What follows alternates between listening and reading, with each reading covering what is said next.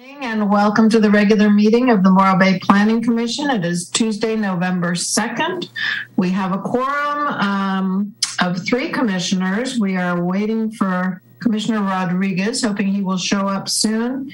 And our vacant seat has been filled by Asia King, but she will not join us this evening as she has not been sworn in yet. There's Mr. Rodriguez. Welcome, Mike. So we are called to order and have a quorum. We'll start with a moment of silence.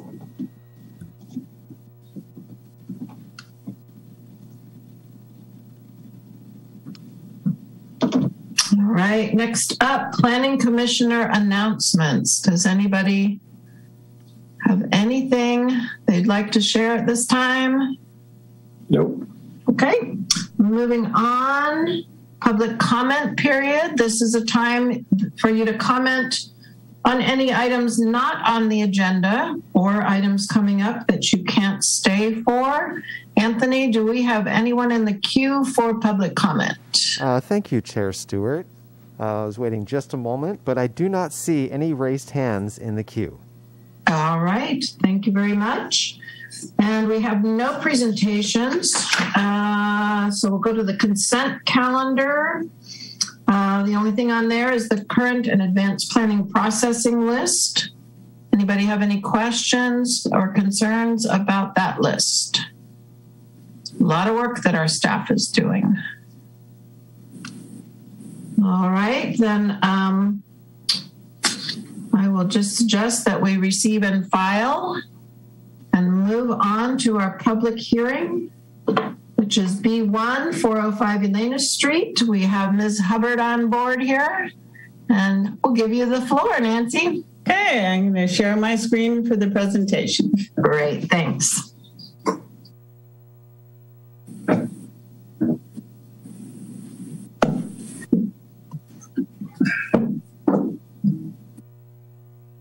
All right, are you seeing a presentation? Yes. Yeah. All right. Okay, here we go. So this is public hearing to consider the conditional use permit and parking exception for an addition to a single family home at 405 Elena. The photo here is a photo of the home. And the original home was likely a repurposed World War II military building moved to the site around 1949. Later, the garage was added and some expansions on the north side. The work may have predated the city. We don't have any record of permits. The existing home is under 1,000 square feet, and a single car garage meets the parking requirement for that size home in this zoning and overlay district. The existing structures do not meet criteria as CEQA historic research, although the report was interesting. Non-conforming features, the garage setback along Elena and Elm and the side yard, which is north setback, are non-conforming. Zoning, the zoning is R1S2, which provides for reduced development standards to accommodate small parcels.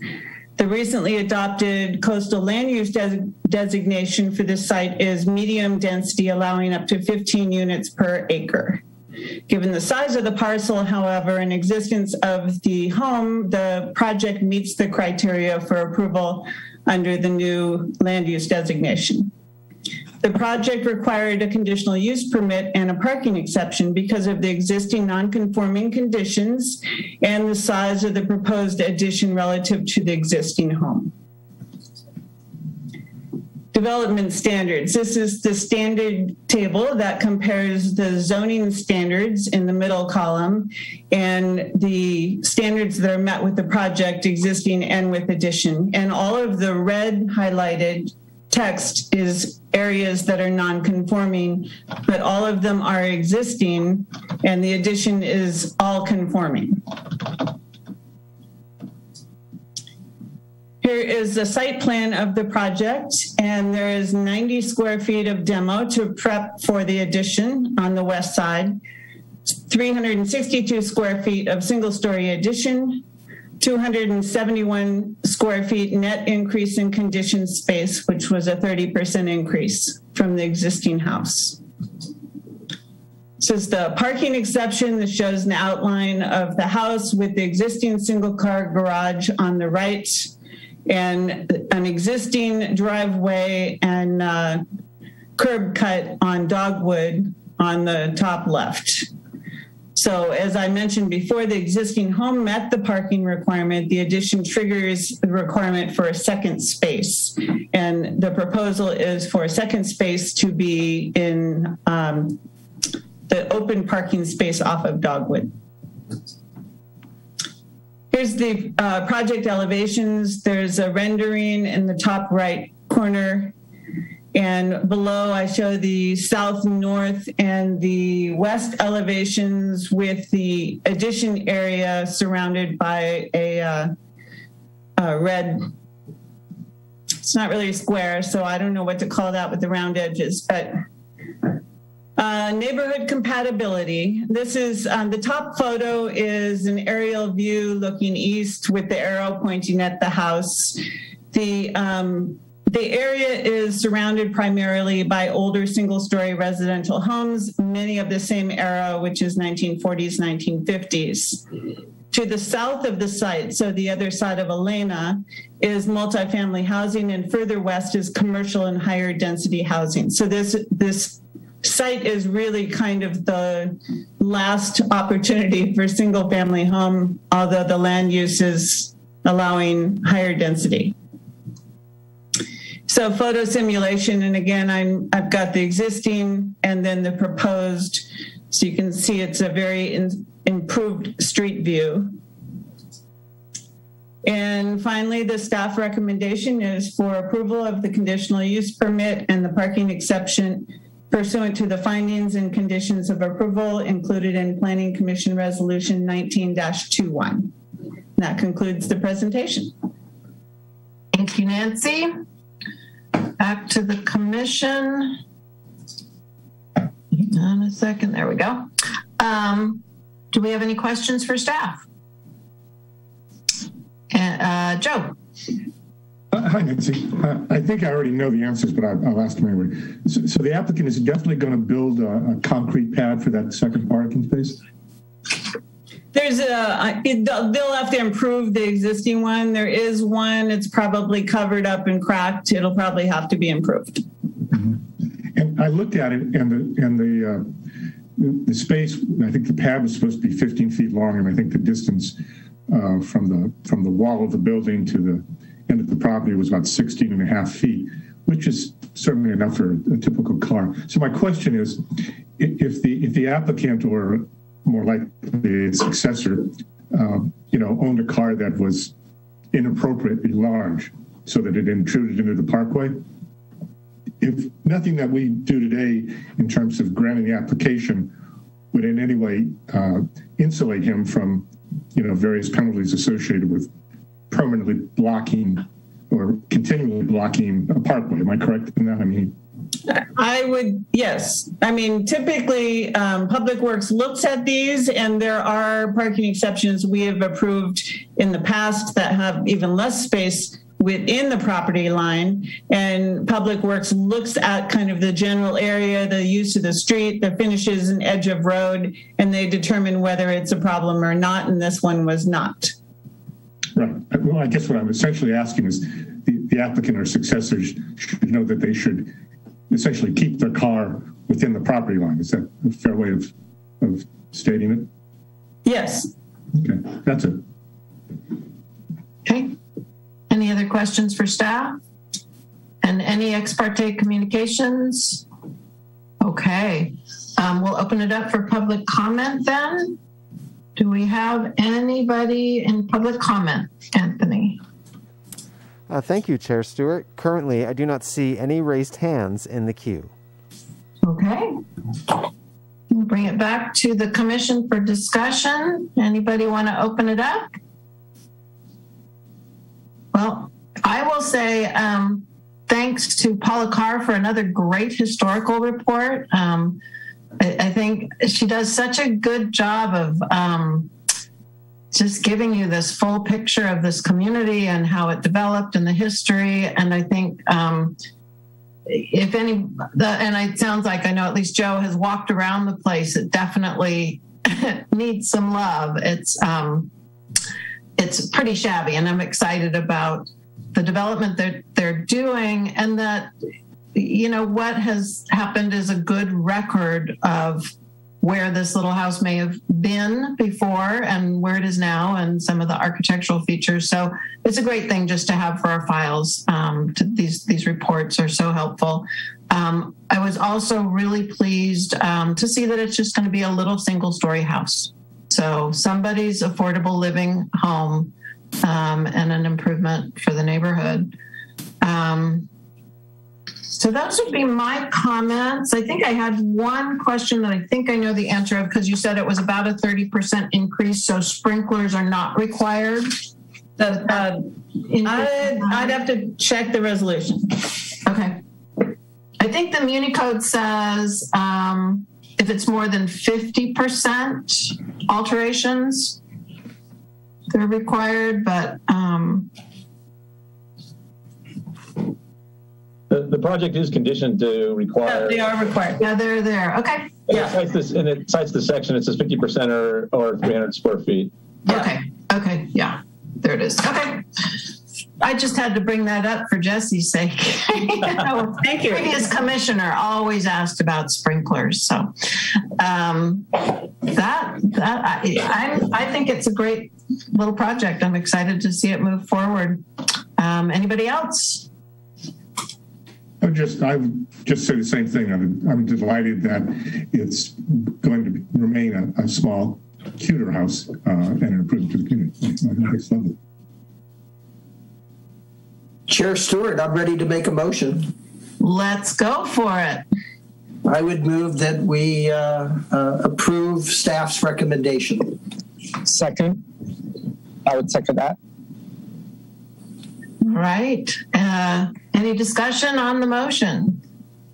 I think we're good to go. Ms. Hubbard. Commissioner Ingraffia. Yes. Commissioner Rodriguez. Yes. Vice Chair Roshan. Yes. Chair Stewart. Yes. There you go, 12 minutes. That was maybe the quickest meeting on record. Thank you. Thank you very much, and good luck to the applicant. Hope the process is smooth from here on out. Me too. All right, moving on to new business. We have nothing listed there. Unfinished business. There's always a lot of that, but we don't have anything actually written on the agenda. So we'll move on to Planning Commissioner comments and future agenda items. Mike, you should comment on something. No, I've had before, so I want to see if we can set a record here. Set a record, okay. So we're going to all be really brief tonight. No other comments, future agenda items. We want to look good for the new commissioner. Yeah, we don't want her to stress out that we have long meetings and all Never of that. Never. And she's on the call, so she's watching. Welcome, Asia. We're looking forward to meeting you. All right. Well, let's just move on to Community Development Director comments. Scott? I do have a few things for you guys. I sent out an email a little while ago based on some prodding from Commissioner Rodriguez. Thank you about that. So I followed back up with the APA membership. I got responses back from Commissioner Rodriguez and Commissioner Stewart that they'd like me to sign them up. Commissioner Ingraffia, Commissioner Roshan, do you have interest in that as well? Yes, I'd like to join. Okay. Joe? Well, probably. I'll just think about it and give you a decision over the next couple of days. Okay, it's not expensive, so. All right. Thank you, Commissioner Roshan, and I'll wait to hear back from Commissioner Ingraffia and probably reach out to Asia King here and ask her if she's interested as well via email after the meeting. What else do I got? Oh, I have, so we're getting ready to pick zoning back up. We do have, the last time that we had this up was, I didn't realize my camera was off, sorry. Last time the Planning Commission reviewed this was back in 2018. The Planning Commission at the time had gone through at that time 2 separate occasions of going through it basically page by page or chapter by chapter, providing input. And so we have that, and that is posted on the city's website. And we are proposing to bring that back to you in December to reintroduce you, since most of you have not seen it. There are going to be, we've changed the format of it a little bit. That's not on the online version yet. It probably will be perhaps later next week. The entire zoning code was also the city's coastal implementation plan when the commission last saw it. And then Pacific Grove was able to process a local coastal implementation plan amendment to their local coastal program, and it just included, for their zoning code, it just included a couple of chapters. And we conversed with Coastal Commission staff on that, and they said, yeah, that's fine, you can do that. So we revised the format of our document a little bit. The policies don't change, just the formatting of where things are located are going to be moved around a little bit so that a much smaller portion of the zoning code will be the implementation plan. Maybe 20, 30 pages, something like that. So big improvement. And then we want to change things that aren't part of the implementation plan. We can just go change them ourselves. We don't have to go to coastal for that. So that's a good deal. We're also going to have, we're also working on an affordable accommodation policy in there with Coastal Commission staff. And as you might recall, when we were going through adoption of the general plan, local coastal program, or local coastal land use plan, we had correspondence from our master leaseholders group down on the waterfront. And we told, and you might recall this, that we indicated that we would make some of the changes that they requested inside of the zoning code.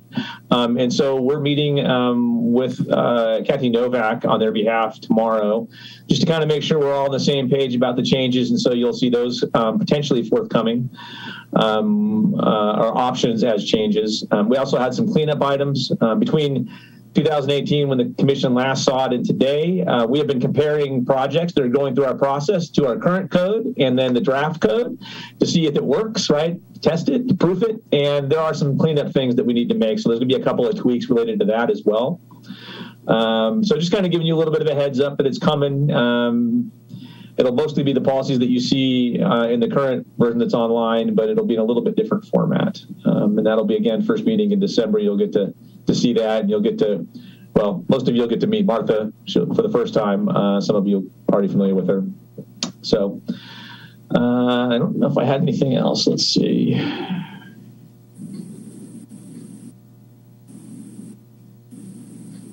Nope, that covers what I wanted to go over with you guys. So that's all I have. Thank you. Great. Thanks, Scott. Well, I think it is going to be the fastest meeting on record. Good job, everybody. If nobody else has a comment, question, concern, anything to say? Well, one reminder, I do have comments on the waterfront design guidelines, since I did leave one thing off. I've gotten comments back from Commissioners Graffia, Chair Stewart. I don't have anything yet back from Commissioners Roshan or Rodriguez that I've seen. So just a reminder that that's out there, and that's all I have. So. Perfect. I promise you tomorrow. Oh, all right. Oh, he's going to stay up all night since he didn't have a long meeting. He has time now. All right, everybody. Thank you so much. We will adjourn to our next regularly scheduled meeting on November 16th at 6 o'clock via teleconference. Everybody have a good couple of weeks. Thank you. Bye. Bye. Thank you.